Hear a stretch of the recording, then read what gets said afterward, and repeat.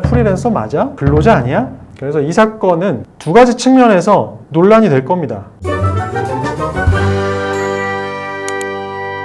안녕하세요. 강문혁 변호사입니다. 오늘은 고 오 요한나 씨 사망 사건에 대해서 살펴보겠습니다. 굉장히 안타까운 일이 발생했는데요. 기상캐스터로 MBC에서 근무했던 오 요한나 씨가 직장 내 괴롭힘의 피해자임을 호소하고 사망한 사건이 발생했습니다. 이와 관련해서 지금 정치권에서는 직장 내 괴롭힘에 관한 근로기준법 규정이 너무나 피해 근로자 보호에 부족하다. 그래서 특별법을 제정하자는 논의가 있습니다. 오 요한나법이라고도 말을 하고 있는데요. 이러한 논의의 핵심적인 내용은 일단 첫 번째는 직장 내 괴롭힘의 보호 대상을 프리랜서나 플랫폼 노동자와 같이 기존의 근로기준법상 근로자에 해당되지 않는 직역에까지 확대하는 것을 내용으로 하고 있고요. 두 번째는 직장 내 괴롭힘이 인정됐을 때 사업주에 대한 처벌 규정을 신설하고, 그 다음에 직장 내 괴롭힘이 인정되지 않았을 때의 불복 절차를 새롭게 마련하는 것도 논의가 되고 있습니다.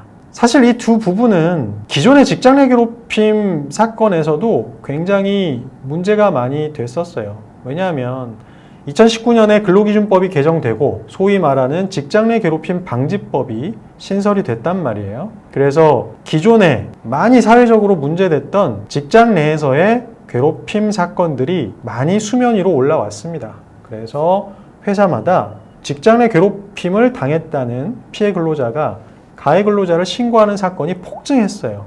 그런데 이 제도는 사실 저는 개인적으로 불완전한 제도다라고 평가를 했거든요. 실무를 경험하다 보면 이 직장 내 괴롭힘 방지법 자체가 워낙 추상적이고 절차가 아주 디테일하게 규정되어 있지가 않아요.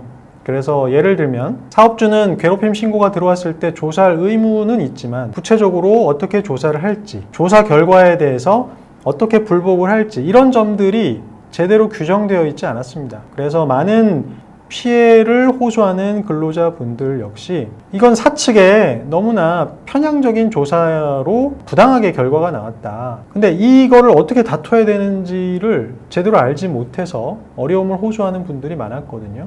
현행법상으로는 민사상 손해배상 청구를 제기해서 그 민사소송 절차 내에서 직장 내 괴롭힘이 있었는지 없었는지를 판단받는 수밖에 없었어요. 근데 최근에 발생한 요한나 씨 사망 사건을 계기로 회사 내에서 제대로 판단을 하지 않거나 조사 결과에 대해서 불만족스러울 때 제3의 기관인 노동위원회에서 판단을 받을 수 있는 그런 제도를 만들어 보자, 이런 논의가 있는 겁니다. 그리고 다른 측면으로는 직장 내 괴롭힘의 대상자, 피해 근로자의 영역을 넓히는 거죠. 현재 플랫폼 노동자라든지 프리랜서의 경우에 사실 근로자처럼 근무하는 분들이 꽤나 많단 말이에요. 이 사건에서도 기상캐스터라는 직역은 사실 프리랜서로 취급되는 경우가 많죠. 그런데 근무 실태는 근로자에 가까운 경우들이 있다는 겁니다. 특히나 방송국에 이런 일들이 많았어요. 방송작가도 예전에는 당연히 프리랜서로만 취급됐지만 실제 업무의 실질을 검토해서 사실은 근로자였다 이렇게 평가를 해서 퇴직금을 인정받거나 부당해고를 인정받는 케이스들이 생겼고요. 기상캐스터도 이 요한나 씨 사망 사건을 계기로 이 사람이 정말 프리랜서 맞아? 근로자 아니야? 이런 의문점을 갖기 시작한 거죠. 그래서 만약에 근로자에 해당된다고 하면 직장 내 괴롭힘 방지법이 적용될 수 있고 MBC에서도 직장 내 괴롭힘이 있었는지를 제대로 조사하고 그에 따르는 조치를 취해야 될 의무가 발생하는 것이죠. 그래서 이 사건은 앞으로 두 가지 측면에서 굉장히 논란이 될 겁니다.